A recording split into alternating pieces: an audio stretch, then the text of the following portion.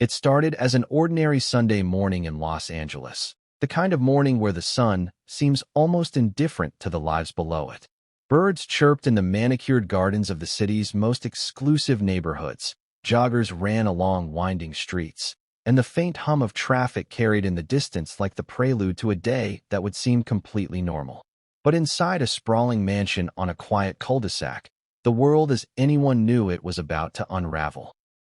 The air was heavy with secrets, and one revelation would soon ripple far beyond the city limits, touching lives in ways no one could have predicted. But before we continue, please subscribe and turn on the notification bell for updates.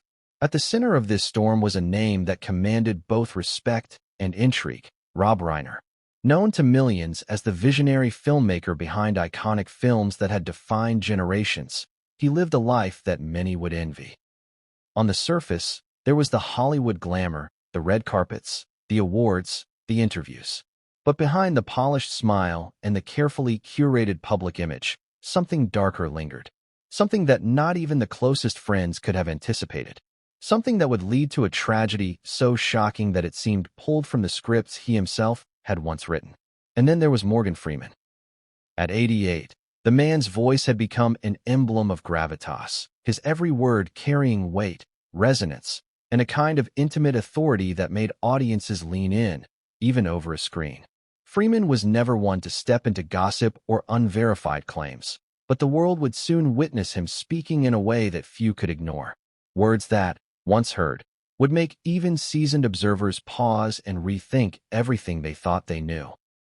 Words that hinted at knowledge, insight, and perhaps even a warning that had gone unheeded. How does one of Hollywood's most beloved actors suddenly find themselves speaking about a family tragedy of this magnitude? Why would Freeman, of all people, suggest that someone as respected as Reiner lived in quiet fear? And how could such a chilling domestic disaster happen right under the noses of neighbors who saw nothing, heard nothing, and believed in the illusion of normalcy? These are questions that demand answers. And in this story, they will be answered in ways that will shock, disturb, and perhaps even transform the way we view the private lives of those we think we know. We must start at the beginning. To truly understand what happened, we need to understand the lives of those involved, the relationships they held, the tensions simmering behind closed doors, and the secrets carefully hidden in plain sight. Rob Reiner was more than just a filmmaker. He was a father, a husband, a man with ambitions and fears that mirrored those of anyone else. But the difference lay in the intersection of fame, family, and the pressures that only the public eye can magnify. Fame can illuminate the good, but it also casts shadows, the kind of shadows where secrets fester, where anxiety breeds silently, and where danger, sometimes, can quietly prepare its arrival. And then there is Nick, a son whose life, from the outside, may have seemed ordinary, but whose inner world had become a labyrinth of anger, resentment, and hidden intentions. In families where love and tension coexist, where admiration and fear intertwine, sometimes the most unsuspecting individuals harbor thoughts and plans that can shake the foundations of everyone around them. How does a family navigate the invisible lines between parental authority, rebellion, and the quiet storms that rage within the younger generation? In this narrative, those lines will be revealed, and the answers may disturb you more than the tragedy itself. Morgan Freeman's perspective is critical, not because he witnessed events firsthand in every detail, but because he observed patterns, subtle shifts, remarks, and interactions that to most would seem inconsequential. To Freeman, however, these were signals, warnings, echoes of a reality that was forming long before anyone realized the danger. He knew what Nick was planning, Freeman would later suggest in hushed, deliberate tones. And if his words carry truth, then they also carry a haunting question. How much could have been prevented? How much was ignored in favor of appearances, of normalcy, of hope that the quiet domestic tension would simply dissipate? Consider the contrast. Outside, the city thrived in its usual rhythm, unaware of the brewing calamity. Inside the mansion, every hallway, every room, every seemingly mundane interaction contributed to a tapestry of tension that no scriptwriter could have fully imagined. What does it mean when fear infiltrates the home of someone who has spent a lifetime shaping stories, controlling outcomes, and commanding narratives. Can even a master storyteller anticipate the script that life may write for them, especially when the narrative involves betrayal, violence, and the fragile boundaries of familial love? And here lies the first twist. Appearances can be deceiving. The Reiners' home, like many in Hollywood, was meticulously maintained. Neighbors might see only the landscaped gardens, the sleek architecture, the smiles at charity events, the glimmers of domestic normalcy. Yet, the truth behind those walls was far more complex. Behind the laughter, the awards, the casual dinners, the subtle silences between father and son were undercurrents that could not be ignored. They were invisible yet potent, a tension that simmered, ready to erupt. As we peel back the layers of this story, it's important to understand not just the events, but the psychology, the emotional beats, and the subtle dynamics that precede a tragedy. Families are complicated. Fame complicates them further. And when fame is combined with hidden resentments, unspoken fears, and the public's unyielding gaze, the result is often unpredictable and sometimes catastrophic. This story is a deep dive into that unpredictable chaos. It is a journey through fear, denial, love, and regret. And it is a story that begins not with a crime scene, but with whispers, observations, and moments that would seem trivial to anyone who did not know how to read between the lines. And now we come to the part where the stakes escalate. What was said, what was felt, what was noticed by those who had insight, but perhaps not the authority to intervene. These details will shock you. Freeman's voice, calm yet intense, becomes our guide through a narrative that no one in Hollywood wants to confront publicly. How does one balance respect for privacy with the imperative to reveal uncomfortable truths? When someone of Freeman's stature speaks, it commands attention. But it also provokes questions, skepticism, and the irresistible urge to dig deeper. Imagine for a moment standing in the same room as Freeman as he recalls, with the weight of decades in his voice, the moments that seemed small but were in fact portentous. The subtle glances, the quiet tensions, the interactions that hinted at deeper, unspoken issues. In his recounting, you begin to sense the gravity of the situation. That sometimes the most innocuous details, unnoticed by outsiders, are the very signals that foreshadow a turning point. And that turning point, in this story, is approaching with an inexorable certainty. But before we reach it, we need to understand the characters involved, their pasts, their relationships, and the context that shaped the decisions leading up to the tragic events. Who were Rob and Michelle Reiner beyond the public personas? What was Nick like as a son, as a human being grappling with pressures that few could comprehend? And what does it mean when the very people we trust, love, or admire are capable of actions that defy reason, expectation, and morality? The answers are buried in the complexities of human behavior, the contradictions of personality, and the unpredictability of emotions under pressure. Freeman's insights provide a unique vantage point, a lens through which we can examine these dynamics. And yet, even with his observations, the full picture remains elusive, a puzzle with pieces that only come together once the narrative is fully revealed. Now, as we stand at the precipice of this story, one thing is certain. The ordinary can become extraordinary, the mundane can turn menacing, and the people we think we know can surprise us in ways we never imagined. The stage is set, the players are in position, and the events that will unfold are both shocking and deeply human. From the moment Rob Reiner walked onto a film set, the world saw a man in control, someone who commanded the camera, the actors, and the story with a precision that seemed effortless. He was the embodiment of Hollywood mastery, a mind that could turn words into worlds, ideas into legends, and scripts into cultural touchstones. To fans, colleagues, and critics alike, he was larger than life. But what happens when the life behind the accolades is quietly unraveling? When the very skills that make someone brilliant professionally fail to shield them from chaos at home? Rob's home in Los Angeles was an immaculate fortress. Cameras might capture the glimmering surfaces and curated landscapes, but the walls inside held a different story. They bore witness to subtle arguments, whispered disagreements, and a tension that never fully dissipated. Friends who visited would remark on the warmth of the house, the laughter in the kitchen, the aroma of Sunday breakfast.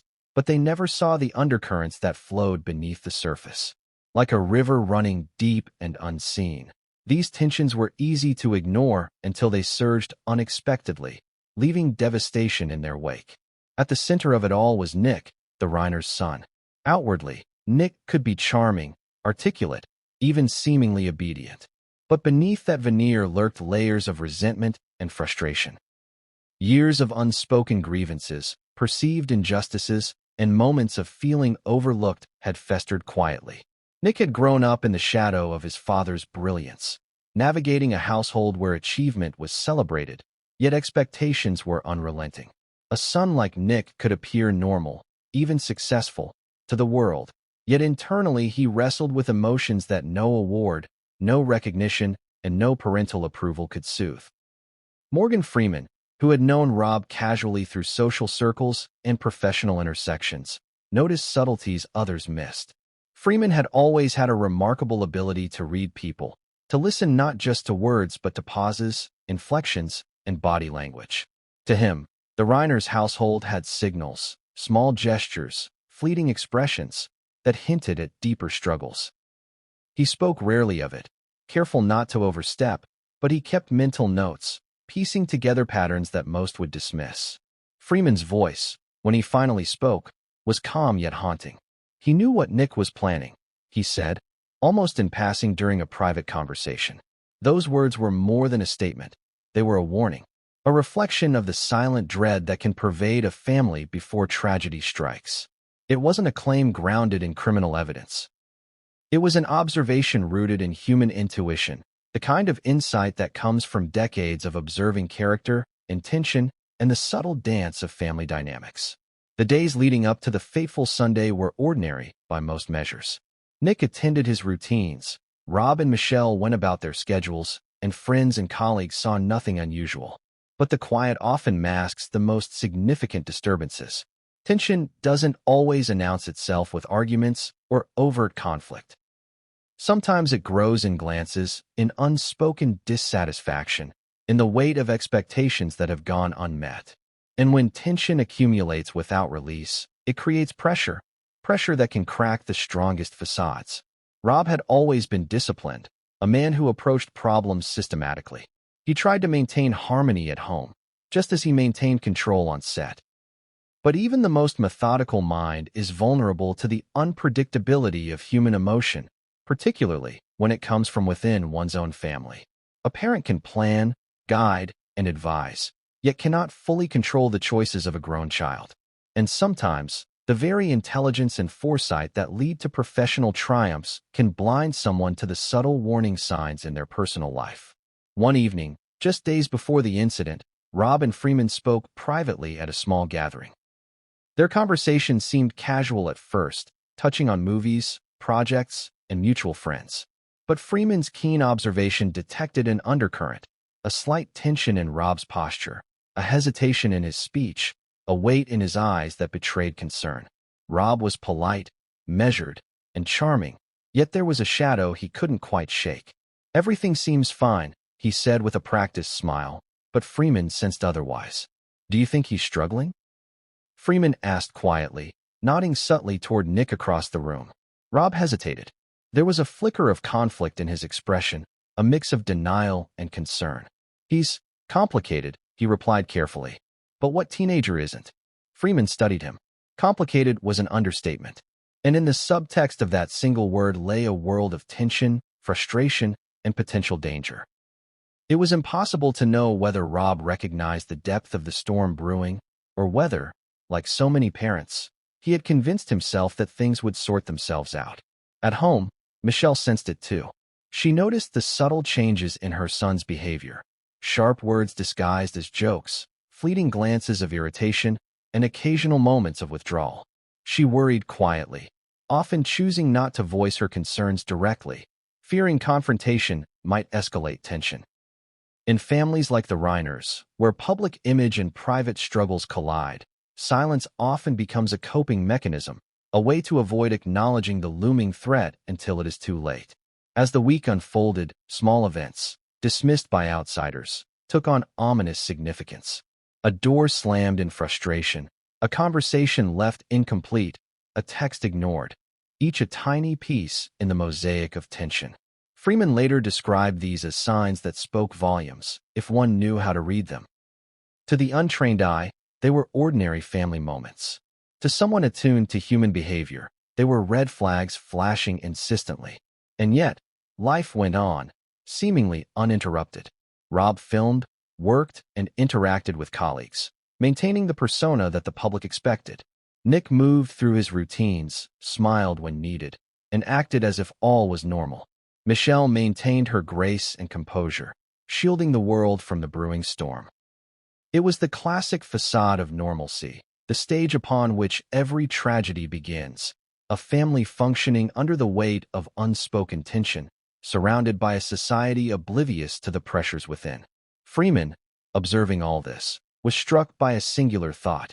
Even brilliance and experience cannot always prevent calamity when it comes from the people closest to us. Rob's career had been defined by his ability to anticipate, adapt, and create solutions on demand. But in his personal life, the variables were far less predictable. Children do not follow scripts. Love does not guarantee compliance. And fear, even when recognized, cannot always be averted. The final hours before the incident were marked by subtle warning signs that went unnoticed. A casual disagreement in the kitchen, a sigh that carried more than frustration, a tension in the air that seemed ordinary yet was anything but. These details, invisible to most, were etched in Freeman's memory, forming a mental map of the trajectory that would soon reach an irreversible apex. And then came the day that changed everything. Ordinary morning routines, quiet exchanges, and mundane tasks all converged into a crescendo no one could have predicted. Freeman, reflecting later, said it was as if the world had been holding its breath, waiting for a moment when the built-up tension could no longer be contained. And when that moment arrived, it did so with suddenness and clarity, leaving shockwaves that would ripple far beyond the walls of the Reiners' home. But what no one realized at the time, what Freeman hints at even now, is that the signs had been there all along. In hindsight, the subtle warnings, the quiet tensions, and the invisible cracks in the family dynamic were all part of a pattern, one that only someone who knew how to read it could see. And yet, recognizing danger is one thing. Preventing it is another entirely. The question remains, could this have been stopped? Were there moments where intervention might have altered the course of events? Freeman believes there were. And it is in those moments, the missed warnings, the unspoken conversations, the hesitation to confront uncomfortable truths, that the true tragedy of the Reiners' story lies. As night fell over Los Angeles that fateful Sunday, the stage was set for a series of events that would shock the world. A family, struggling beneath the weight of hidden tensions, would face a moment that none of them could escape. And in that moment, the ordinary would become extraordinary, the mundane would turn menacing, and the people we thought we knew would reveal a side of themselves that few could have anticipated. What happened next would not just change their lives forever, it would alter the perception of everyone who had ever believed that family, love, and success could shield one from tragedy. But the full story, the truth behind the warnings, the silent tension, and the explosive moment, has yet to be revealed. And as Freeman's insights suggest, the most shocking revelations are still waiting, hidden in the shadows of a family that, until now, seemed perfectly ordinary. Nick had always lived in the shadow of expectation. In a household like the Reiners, where achievement was not just encouraged but demanded, a child's life can feel like a series of hurdles placed before them from birth. Friends who knew Nick casually might have described him as bright, articulate, even charming. But appearances are deceiving. Beneath that polished exterior was a maelstrom of frustration, unspoken anger, and an ever-growing sense of invisibility.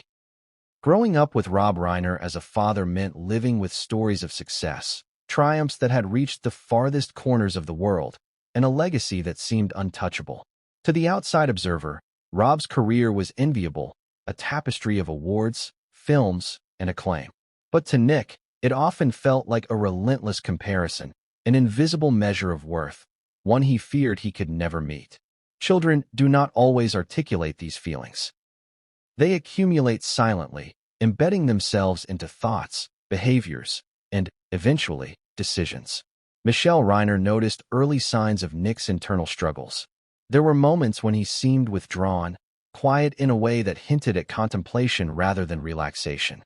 There were flashes of anger, small but sharp, directed at minor frustrations yet carrying the intensity of unspoken grievances.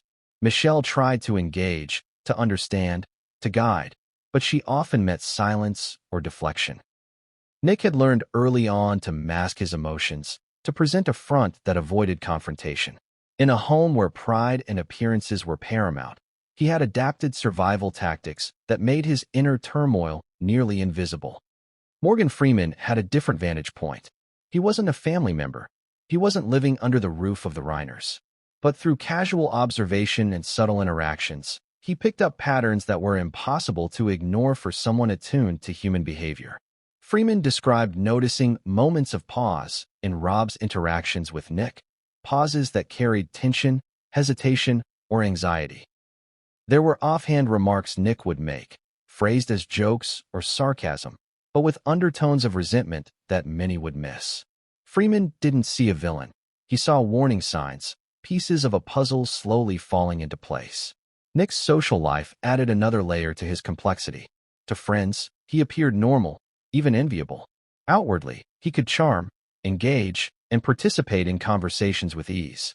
But in private, his mind often raced with thoughts that he never shared.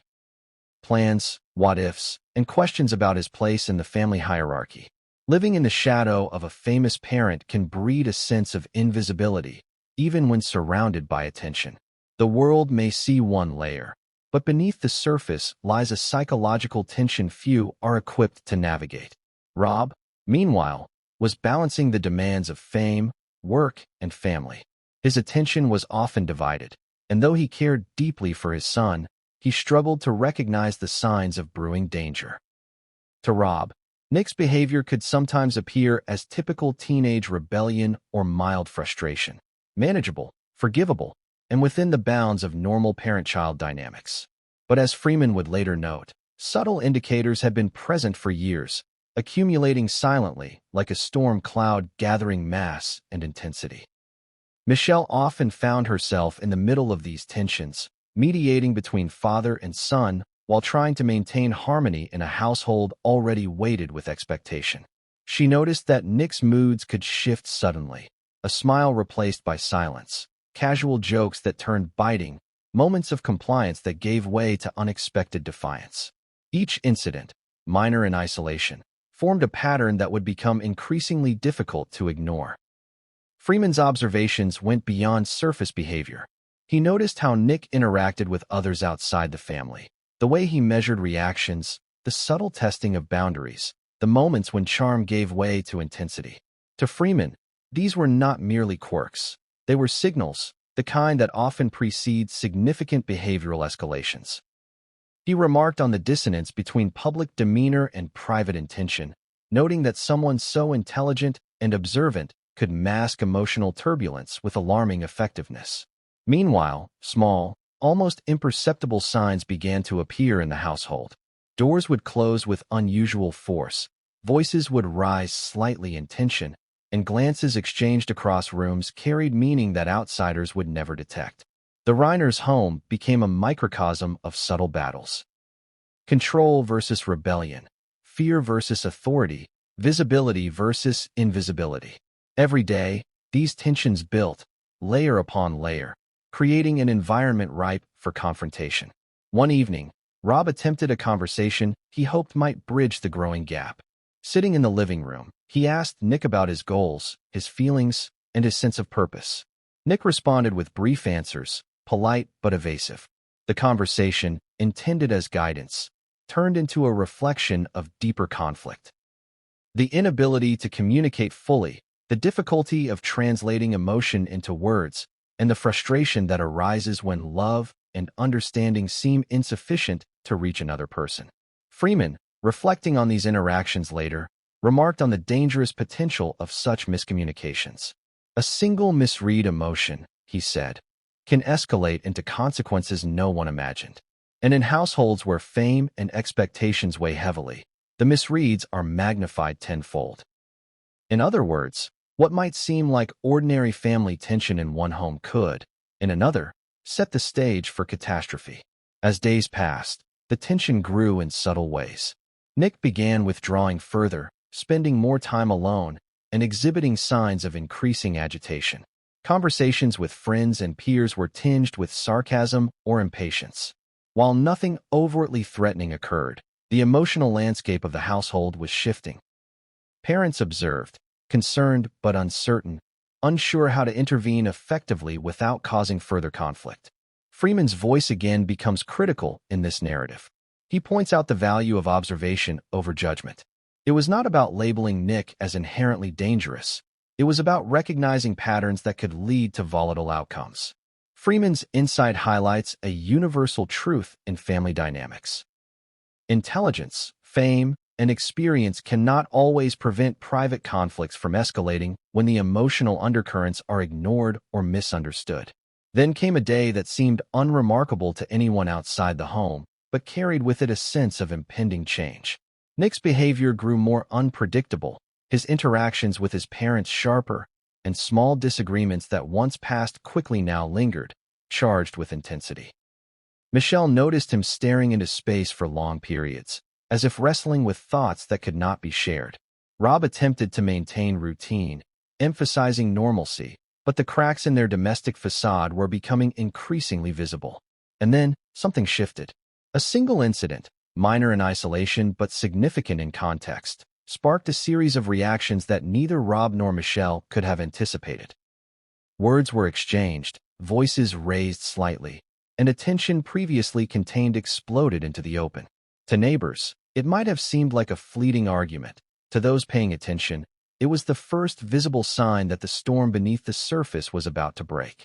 Freeman, recounting his observations after the fact, notes that these moments often precede major events in families where emotional pressure is high.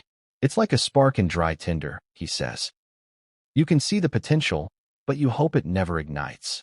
In this case, the spark had found its match. And so, the stage was set. Nick, a son whose frustrations had been quietly building, was now poised at a tipping point. The Reiners, parents who had long navigated both fame and domestic complexity, faced a challenge that no amount of experience could fully prepare them for. And the quiet, careful observations of an outsider, Morgan Freeman, would later provide context to a chain of events that no one saw coming. As night fell, the ordinary rhythms of life continued outwardly, but inside the mansion, tension crackled like static electricity. Something was imminent. A single choice, a single moment, could shift the balance irreversibly. And in households like this, where love, fear, and expectation collide, the smallest actions often carry the greatest consequences. What would happen in those next hours, behind closed doors, was unknowable to the outside world. Yet every signal, every subtle warning, had been there. Every glance, every pause, every carefully chosen word contributed to a trajectory that no one could alter once it gained momentum. The mansion sat in the golden glow of late afternoon, its exterior serene, unassuming, and entirely ordinary to anyone passing by. The lawns were perfectly manicured, the garden blooms in full flourish, the driveway empty except for a single car glinting under the sun. To the world, it was a picture of affluence, stability, and tranquility. But inside, the air was heavy. It was the kind of atmosphere where silence isn't peace, it's tension masquerading as calm. And in that tension, the seeds of chaos were already taking root. Nick moved through the rooms with a quiet intensity. His thoughts were focused, yet restless, bouncing between memories, grievances, and imagined outcomes. Each step, each glance, each word he considered had layers of meaning, both to himself and, unknowingly, to those around him. In families like the Reiners, the pressure of legacy can distort perception. A son doesn't just contend with parental expectation. He contends with the invisible weight of public perception, with the world's fascination with his father, and with the constant comparison to someone larger than life. Rob was upstairs, going over work-related emails. His mind, always efficient, sought to compartmentalize the career, the family, the ordinary obligations of daily life. But compartmentalization has its limits, especially when emotion has been simmering beneath the surface. Each click of the keyboard, each pause in typing, was punctuated by awareness of the tension below. Yet, like many parents, Rob trusted that routine, love, and guidance would suffice. He underestimated the intensity of emotions that can lie dormant in a child's mind until triggered. Michelle, aware of the subtle changes in her son's mood, moved cautiously. She carried herself with the poise of someone who had learned to navigate difficult situations gracefully. Yet inwardly, she felt unease, a gnawing premonition that something was amiss. She noticed small signs: the way Nick's eyes darted when she entered a room, the tension in his shoulders, the sharpness in his tone when questioned about minor matters. These were tiny cracks in a facade that otherwise appeared unbroken. Morgan Freeman, as always, observed patterns that others could not. He had seen countless interactions over the years, both in public settings and private gatherings, that hinted at deeper emotional dynamics. Freeman's insight was not about judgment. It was about recognizing the subtle rhythms of human behavior. He could see the interplay between fear, frustration, and suppressed emotion in ways that few others could. To him, the Reiners household was a textbook study in how latent tension, if ignored, can escalate beyond control. The afternoon wore on with an eerie sense of suspended normalcy. Nick moved from room to room, performing ordinary tasks that seemed designed to appear inconspicuous, checking his phone, rearranging items, pacing briefly before settling into a chair. Outwardly, it was mundane, but Freeman would later describe these moments as a prelude, a period where a mind teeters on the edge between ordinary frustration and decisive action. The indicators are subtle. A glance that lingers too long, a hand that clenches and releases, a sigh heavy with unspoken thought. In another part of the house, Rob attempted to engage Nick in a conversation. It was the kind of exchange that seemed ordinary, routine even, questions about homework, future plans, small talk designed to maintain connection. But the underlying tension made the words heavier than usual, their meanings amplified. Nick responded with polite detachment, but the politeness carried undertones. Defiance disguised as compliance, irritation disguised as humor. In these interactions, the invisible battle of wills played out, unnoticed by anyone without acute observational skills. Freeman, reflecting on this, noted the importance of small moments. It's rarely the big argument that signals trouble, he explained. It's the tiny ones, the silent exchanges, the things that pass unnoticed to everyone else. Those are the moments where patterns solidify and outcomes can change forever. In the Reiners' home, these moments had been accumulating for years, unnoticed yet powerful. Meanwhile, Nick's internal narrative became increasingly complex. He replayed past grievances in his mind, juxtaposed against moments where he felt overlooked or misunderstood.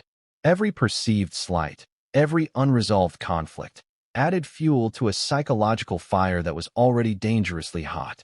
And in this private rehearsal, he considered outcomes, possibilities, and the paths he might take. Calculating, imagining, and testing the limits of his environment. Michelle, ever perceptive, noticed the change in her son's posture, the way he held himself in certain spaces, and the intensity of his focus on small, inconsequential objects. To her, it was a silent signal of growing frustration, though she could not yet articulate the depth of what was brewing. Parents often sense things before they can explain them, a sixth sense honed by years of intimacy and care. But sensing is different from intervening. Predicting is different from preventing. By evening, the tension had escalated without outward acknowledgement. The family gathered in the main living area, sharing dinner in a quiet, almost ritualistic manner. Words were exchanged, but they were measured, polite, and constrained. The normalcy of the ritual masked the volatility simmering underneath. Freeman would later describe this as the deceptive calm before an emotional tipping point. It's a phenomenon he had observed in countless families, where the veneer of routine hides the potential for sudden upheaval. As night descended, minor incidents began to punctuate the quiet. A dropped glass, a door left slightly ajar, a brief glance that lingered too long, small disruptions that signaled psychological turbulence. In isolation, none of these events would alarm an outsider. But within the context of a family under strain, they formed a pattern of escalating stress. Each instance, while seemingly inconsequential, added to an invisible pressure that was steadily mounting. Rob, aware of the underlying tension but unsure how to address it without confrontation, attempted casual conversation, drawing on his experience with diplomacy and communication. "Everything okay, Nick?" he asked lightly. The question, intended as concern, was met with a measured shrug and an answer that seemed courteous yet withheld. This interaction, so ordinary to an outsider, carried significance to those attuned to familial dynamics. The polite dismissal was a form of control, an assertion of autonomy that spoke louder than words. Freeman noted that such exchanges are often overlooked in hindsight.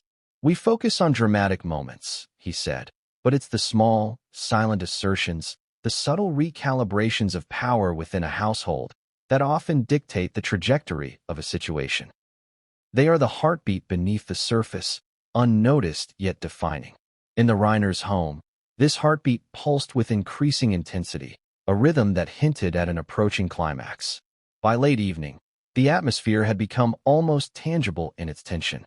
Shadows stretched across walls, the hum of distant traffic mingled with the quiet breathing of the household, and every minor movement seemed amplified in significance. Nick moved with purpose, Michelle observed silently, and Rob maintained an air of normalcy that belied the growing storm. Every action, every glance, every pause carried weights that, combined, could not remain suspended indefinitely. Then, a minor argument erupted over something trivial, a misplaced item, a misheard comment, or perhaps a subtle challenge to authority. The exchange was brief, yet it carried a tension far beyond its apparent significance. Words were chosen carefully but carried undertones that conveyed frustration, challenge, and suppressed emotion. This argument, minor on the surface, would become a catalyst for the events to follow, a spark in a room already saturated with unspoken tension. Freeman, reflecting on the interaction, emphasized the danger inherent in these moments. "It's rarely the argument itself," he said. "It's what it represents. The culmination of accumulated stress, unaddressed grievances, and unresolved dynamics. That's when families reach a tipping point, and in the Reiners household, that tipping point was now imminent. As night deepened, the family dispersed to their respective rooms, the ordinary rhythms of evening masking the extraordinary pressures underneath. But the emotional energy, once released, could not easily be contained. Each individual, in their own space, reflected on interactions that carried layers of meaning, reconsidered moments of perceived slight, and wrestled with unspoken thoughts that had been accumulating over years. And as the house settled into what appeared to be quiet darkness, the stage was fully set. The calm was deceptive. The pressures, the frustrations, the unspoken emotions, all were converging toward a moment that would shatter the ordinary and reveal the extraordinary. The world outside remained unaware of the forces at play, of the invisible tension that had silently constructed a path toward crisis. The first true act of escalation was about to occur. The spark that would ignite long-suppressed emotions, the moment that would set off a chain of irreversible events, lay just beyond the horizon. Every subtle sign, every small interaction had been a harbinger, and in the quiet darkness of that house, the final pieces were now in position. Even the most peaceful-looking households carry within them moments that define the trajectory of a family's future. In the Reiners' home, the cracks that had been forming for years finally began to show in ways impossible to ignore. What had previously been subtle tension, almost invisible to outsiders, was about to erupt into the first true fracture. And once it broke the surface, nothing would ever be the same. It started with an ordinary question.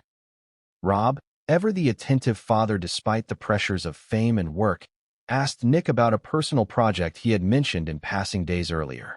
On the surface, it seemed innocent, a simple inquiry into his son's activities, a father's curiosity. But in households burdened with underlying tension, even innocuous questions can ignite storms. Nick's response was curt, dismissive, a barely controlled flare of irritation that hinted at deeper frustrations. Michelle watched silently from the doorway, her intuition signaling that the dynamic was shifting. She had seen it before. The moment when a minor exchange becomes a trigger, the point at which years of unspoken grievances and subtle defiance converge into an emotional flashpoint. Her heart rate quickened, and she instinctively prepared for intervention, but hesitation and the hope for de-escalation held her in place. Nick, meanwhile, was aware of the tension his words had stirred. Part of him reveled in the subtle assertion of independence, a demonstration of control within the family hierarchy. Yet another part, buried deep, was conflicted, caught between resentment, loyalty, and the recognition that his actions could have unforeseen consequences. The duality of his emotion, assertion and hesitation, added volatility to an already unstable situation. Morgan Freeman, observing from afar, later reflected on moments like this as critical junctures in family dynamics. He noted that it's rarely the big confrontation that defines outcomes. It's the small, intense moments of psychological pressure. The minor dismissals, the fleeting irritations, the subtle tests of boundaries. These accumulate silently until one action, one spark, ignites them into a chain reaction. In the Reiner's home, this chain reaction had just begun. Rob attempted to steer the conversation back to neutral ground, using humor and anecdote as a buffer. He joked lightly about his own experiences in youth, hoping to diffuse tension and redirect Nick's focus. But Nick, already emotionally charged, interpreted the humor differently. To him, the anecdotes seemed dismissive, a reminder of a world in which his feelings were secondary to others' perceptions. The conversation spiraled subtly but inexorably, a dance of miscommunication and misinterpretation that no amount of experience could fully control. Michelle intervened with gentle authority, trying to mediate and soothe the brewing tension. She offered calm commentary, reframed questions, and encouraged reflection. Yet even her careful approach could not fully contain the escalating emotional energy. The room, though quiet outwardly, became a stage for a silent battle of wills, the participants carefully measuring words, tone, and reaction. Freeman later described this moment as the first fracture, the point at which latent tension, previously hidden beneath politeness and routine, revealed itself visibly. It was a fracture not yet catastrophic, but unmistakable to an observer attuned to human behavior. The shift was subtle, a hand clenched, a jaw tightened, a glance exchanged that carried meaning beyond words. To the family, it was the beginning of conflict they could not yet articulate. To Freeman, it was a warning of escalation. Nick's frustration intensified, partially fueled by the perception that his feelings had been dismissed repeatedly over the years. Every interaction with Rob carried the weight of accumulated grievances, moments of comparison, unacknowledged effort, and emotional neglect that had gone unspoken. In this moment, those grievances, though never fully articulated, found expression through tone, posture, and the careful choice of words. Rob, experienced in negotiation and communication, tried to maintain composure. He knew the stakes were high. One misstep could inflame the situation further. Yet even his practiced diplomacy struggled against the intensity of Nick's emotions. Every attempt at reassurance was met with subtle resistance. Every gesture of concern interpreted through a lens of frustration. The psychological tug-of-war intensified, pushing the conversation closer to a tipping point. Michelle, sensing the trajectory, considered intervening more forcefully, but hesitation held her back. There is a delicate balance in families under pressure. Too little intervention and the tension escalates unchecked. Too much and confrontation can become explosive. She chose the middle path, guiding gently while remaining watchful, knowing that the outcome of this interaction could ripple into the hours to come. Freeman later noted that this dynamic is common in families where achievement, expectation, and emotion intersect. Children, he said, carry silent narratives that may seem invisible until they collide with parental intent. When that collision happens, the results can be unpredictable. In the Reiner's case, the collision was imminent. As the evening progressed, the minor argument morphed into a pattern of tense exchanges. Words were chosen carefully but carried subtext. Resistance disguised as humor, compliance disguised as submission. Every interaction became a test of boundaries, a negotiation of control. The family moved through these exchanges cautiously, aware of the tension but unsure of how to dissipate it. Nick's internal state became increasingly complex. Thoughts that had been simmering for weeks, months, perhaps years, began to crystallize. He considered consequences, weighing potential reactions against desire for assertion and control. The emotional energy within him built toward a critical mass. Every glance, every unspoken word, every subtle gesture from his parents was absorbed, analyzed, and reflected back in a mixture of compliance and defiance. By late evening, the tension reached a point that could no longer be contained by subtlety alone. A small incident, a dropped object, an offhand comment, a misinterpreted gesture, ignited a reaction disproportionate to the trigger. The first signs of overt confrontation emerged. Raised voices, sharper tones, and gestures that carried weight far beyond their immediate purpose. For an outsider, it may have seemed like a normal family argument. For those attuned to behavioral dynamics, it was the eruption of a pressure long building beneath the surface. Rob attempted one last intervention, a plea for calm and understanding. His words, carefully measured and filled with concern, were met with resistance. Nick, now emotionally charged, pushed back with a combination of logic, frustration, and defiance. Michelle, witnessing the escalation, felt the weight of impending crisis but struggled to redirect the momentum once it had begun. Freeman later reflected on the significance of this moment. "It's the first fracture," he said. "The point where small cracks become visible, where tension seeks expression, and where outcomes begin to solidify. In families under pressure, these moments are critical. They tell you what is possible and what may be unavoidable." The room seemed to vibrate with intensity, the air thick with unspoken emotion. Every participant sensed it, even if they could not fully articulate it. The ordinary dynamics of dinner, conversation, and family routine had given way to something far more volatile. The balance of power, once subtle, was now unmistakably shifting. And then, the final subtle spark, the kind of small act that can tip a delicate equilibrium, occurred. A glance too long, a phrase too pointed, a gesture misinterpreted. It was insignificant in isolation, but within the charged environment, it became the catalyst that propelled the household toward its next critical moment. The stage was set. The fracture had begun. What had once been subtle tension was now active conflict, building toward a point of no return. Every signal, every small interaction, had contributed to this moment. The family was now on a trajectory that could not be reversed by politeness, routine, or superficial calm. And in the quiet aftermath of that spark, one thing was certain. The next events would define the family forever. The ordinary had begun its transformation into something extraordinary, and the first outward signs of escalation had irreversibly altered the household dynamic.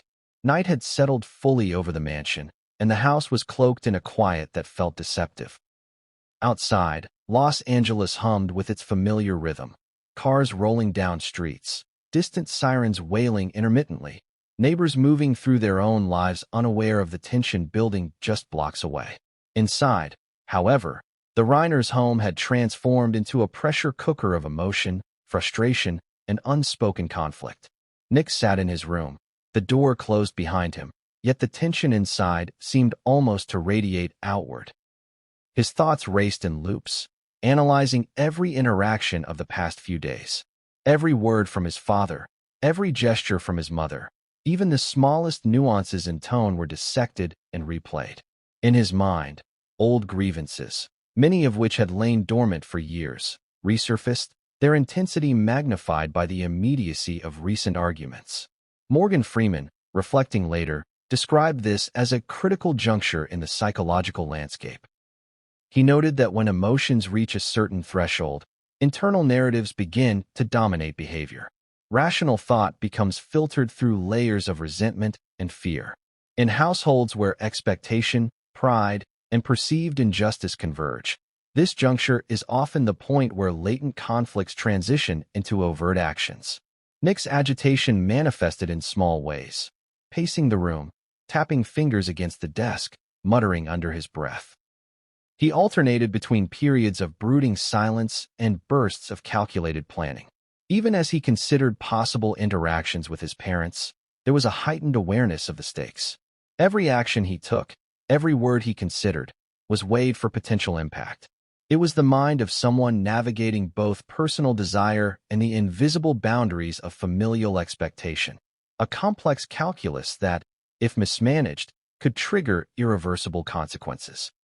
Downstairs, Rob and Michelle were unaware of the full intensity of Nick's internal state. They sensed the tension, yes, but interpreted it through familiar lenses: teenage moodiness, stress from external pressures, minor familial disagreement. To them, the outward signs did not yet indicate imminent crisis. Rob, ever composed, attempted to maintain routine, emphasizing calm conversation and structured expectations. Michelle, intuitive and cautious, observed quietly, ready to intervene if necessary. But in a household where emotional volatility had been quietly building, perception alone was not enough to avert escalation. The dynamic of pressure was compounded by the interplay of history, personality, and circumstance. Nick's past experiences had shaped a mindset of hypervigilance toward perceived slights.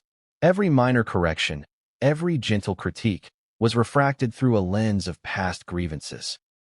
The result was a heightened sensitivity to ordinary interactions, a readiness to react disproportionately to small triggers. Freeman would later observe that this sensitivity is often a precursor to the kinds of escalations that lead to dramatic familial crises. As the evening continued, minor incidents began accumulating like drops in a storm. A misaligned chair, an incorrectly placed item, a comment taken as criticism, each added to the invisible weight pressing down on the household. Though none of these incidents alone would signify alarm, their cumulative effect was substantial. In such a high-pressure environment, it often takes only a single spark to ignite a cascade of events that cannot be contained. Nick, increasingly absorbed in his thoughts, began envisioning possible confrontations, imagining how interactions might unfold, and rehearsing responses. His emotional state oscillated between frustration, fear, and a desire for control. The very act of mental rehearsal intensified his agitation, creating a feedback loop in which the mere contemplation of conflict heightened the likelihood of real-world escalation. Meanwhile, Rob sought to engage Nick in routine discussion, attempting to anchor the evening with familiar structures: homework, planning for the week ahead, casual conversation about shared interests. But Nick's responses, measured yet tinged with irritation, subtly resisted these attempts at connection. Each exchange reinforced the internal tension, each polite deflection a reminder of unresolved friction. Michelle, sensing the increasing volatility, moved to maintain equilibrium. She offered small gestures of reassurance, a question phrased gently, a neutral comment intended to diffuse tension, an attempt to redirect focus to shared interests or lighter topics. But even her calm presence could not fully contain the psychological energy that Nick had been cultivating internally for months, years even. Freeman, reflecting on this sequence, emphasized the danger inherent in the invisible accumulation of stress. It's rarely one event that causes a crisis, he explained. It's the collection of moments, the repeated patterns, the unacknowledged grievances. Once the cumulative weight reaches a tipping point, ordinary interactions become volatile. And in families with high expectation and limited emotional release, that tipping point is often closer than anyone realizes. Nick's agitation reached new levels when a minor dispute occurred over an inconsequential household matter: a misplaced item, a question about curfew, or an innocuous remark interpreted as criticism. His reaction, though outwardly subtle, carried the intensity of suppressed emotion. He moved through the house with purpose, his body language signaling readiness to assert control, while his mind ran through possible outcomes and contingencies. The Reiners, unaware of the escalation brewing, attempted to maintain calm through ordinary routines. Rob's professional composure and Michelle's intuitive caution were insufficient to offset the psychological pressure accumulating in Nick's mind. In households under intense familial strain, this is often the critical juncture. The period when latent tension becomes active, and when even small triggers can lead to dramatic outcomes. As the evening progressed, the family moved through dinner, and into casual post-meal activities. On the surface, all appeared normal: conversation, laughter, shared routines. But beneath that surface, emotional currents flowed with increasing intensity. Nick's internal dialogue intensified, a complex mix of resentment, fear, and calculation. Every word spoken by his parents was filtered through this lens, every gesture interpreted for hidden meaning. Freeman observed similar dynamics in other high-stress households he had studied over the years. He noted that moments of calm often precede escalation, not relief. In such environments, tension builds invisibly, creating a sense of suspended energy that eventually demands expression. The Reiners' home, he concluded, was at such a point, a subtle yet powerful storm ready to break. And then, the first external trigger arrived. A comment, a glance, a tone misinterpreted, something minor, yet in the charged emotional environment, it acted as a catalyst. The tension, previously contained within thought and subtle behavior, began to manifest outwardly. Voices rose slightly, gestures sharpened, and the room vibrated with psychological energy. It was the first visible sign that the household dynamic had shifted irreversibly. Rob attempted intervention, striving to redirect the conversation to neutral ground. Michelle mirrored his effort, using calm language and measured gestures to de-escalate. But the emotional momentum had grown too strong, too complex, and too fast to be mitigated by standard methods of conflict management. The friction had reached a level that demanded resolution, whether through dialogue, confrontation, or action. Nick, absorbed in his own mental calculations, reacted with a mixture of defiance and caution. His behavior oscillated between compliance and challenge, every move a test of boundaries and control. In the charged environment, this oscillation intensified the tension, creating a feedback loop in which each reaction provoked further escalation. By late evening, the family's emotional state had reached a crescendo. Minor incidents, subtle warnings, and accumulated grievances had converged into a situation teetering on the edge of irreversibility. Every glance, every word, every gesture carried meaning far beyond its immediate context. The household was no longer simply a space of daily life. It had become a crucible of psychological intensity, a pressure cooker of potential conflict. Freeman later reflected that this stage is often critical in high-pressure domestic situations. When latent tension reaches critical mass, ordinary routines collapse under emotional weight. The patterns that once held the family together become insufficient, and the smallest trigger can push events into a trajectory that cannot be reversed. And in the Reiners' home that night, the first true escalation had occurred.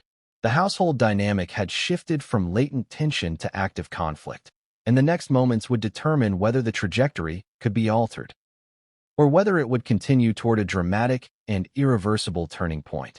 The house felt smaller than it actually was that night, as if the walls themselves had absorbed the tension, pressing in on every room, every corner, every breath. Silence, once a neutral backdrop, had become charged, thick with expectation and unspoken emotion. Nick paced, stopping periodically to glare at objects or mutter under his breath. Each movement carried weight. Every thought he entertained became an invisible calculation, testing the limits of both his own control and the patience of those around him. Rob noticed the subtle shift immediately.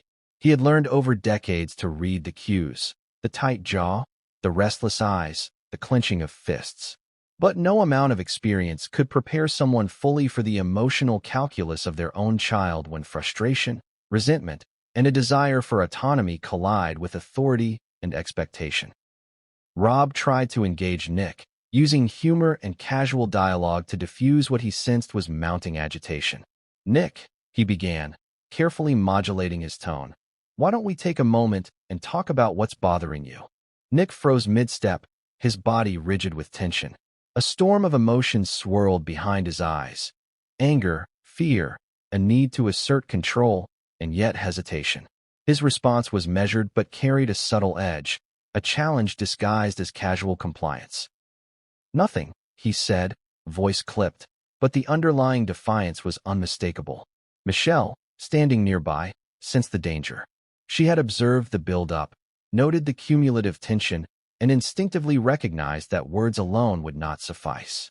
She moved closer, a hand extended in reassurance, in an attempt to bridge the gap before the fracture became irreparable.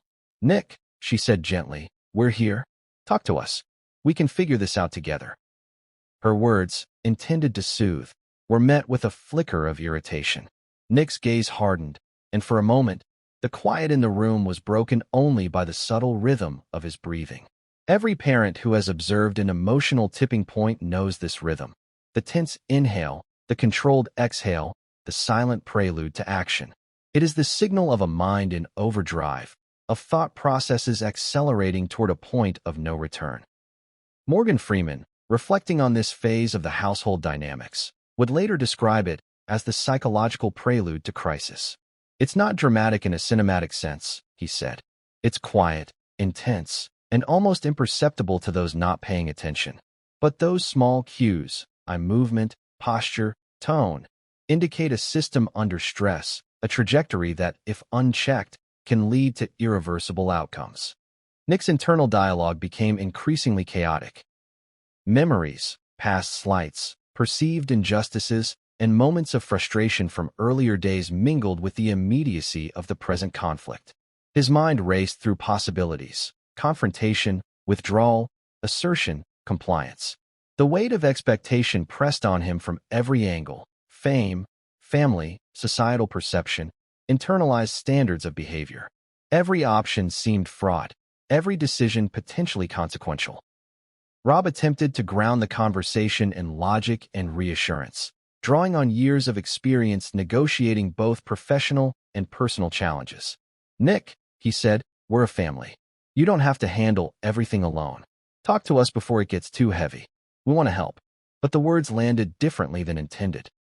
To Nick, they felt like another layer of pressure, another reminder of the gap between his own expectations of himself and the reality of living in a household defined by achievement and public scrutiny.